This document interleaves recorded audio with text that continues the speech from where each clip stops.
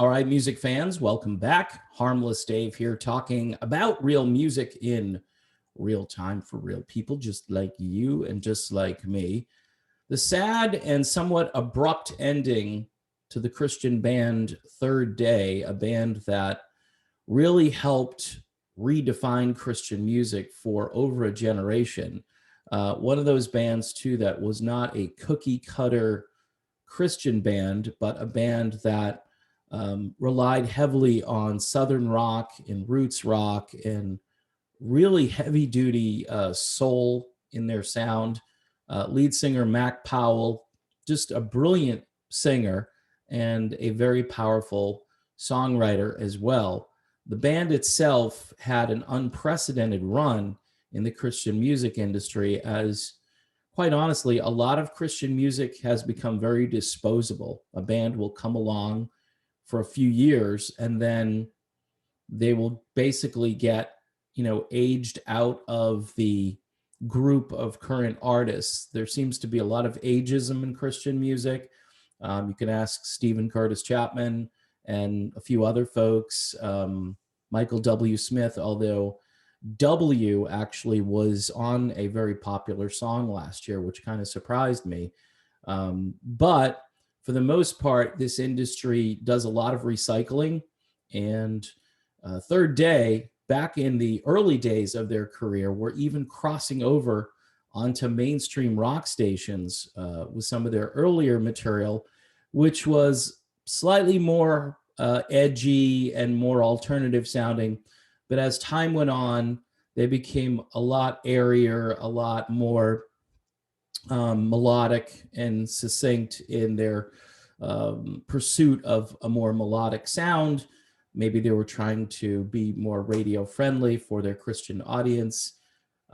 There's no question, though, that their music made a tremendous impact. And I think a lot of fans were very much caught off guard when the band decided to call it quits back in 2018.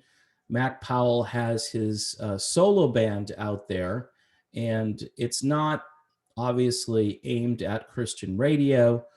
There are some spiritual themes in there, and this is more what I would call traditional roots rock. It's not polished, it's well produced, but it's very much different from Third Day. And clearly, Third Day left an impact, but they also left a huge void on an industry that is not all that creative these days. A lot of the stuff I hear on Christian radio, even though I like a lot of the melodies, and I think overall Christian music is probably better than today's pop music, today's country music. I think overall it's better, and there's more diversity on Christian radio.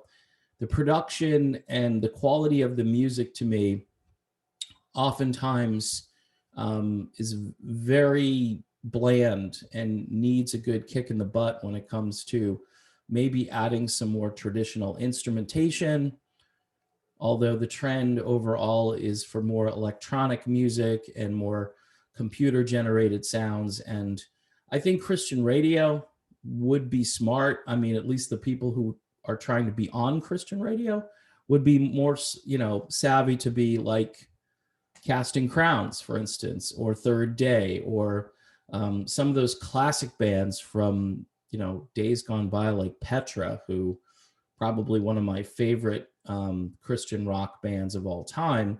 There are a few others out there, and certainly Jars of Clay comes to mind as well. Jars of Clay actually started at about the same time Third Day started. What's interesting about Jars of Clay is their shelf life was maybe 10 years, whereas Third Day had a 25-year run. That's how good Third Day was and still could be if the boys decided to get back together again. In any event, I wanted to pay tribute to a great Christian band. It's Sunday morning, so it makes sense, right? All right, thanks for watching. Don't forget to subscribe to the channel. And you can hit that bell if you want notifications on new videos. And you can join me over on Patreon for $1 a month, where we've got lots of new patrons chatting it up about mainly the Journey stuff right now, as usual. Journey fans are, they are a very vocal bunch, and you can be a part of that bunch for just $1 a month over on Patreon. All right, see you soon.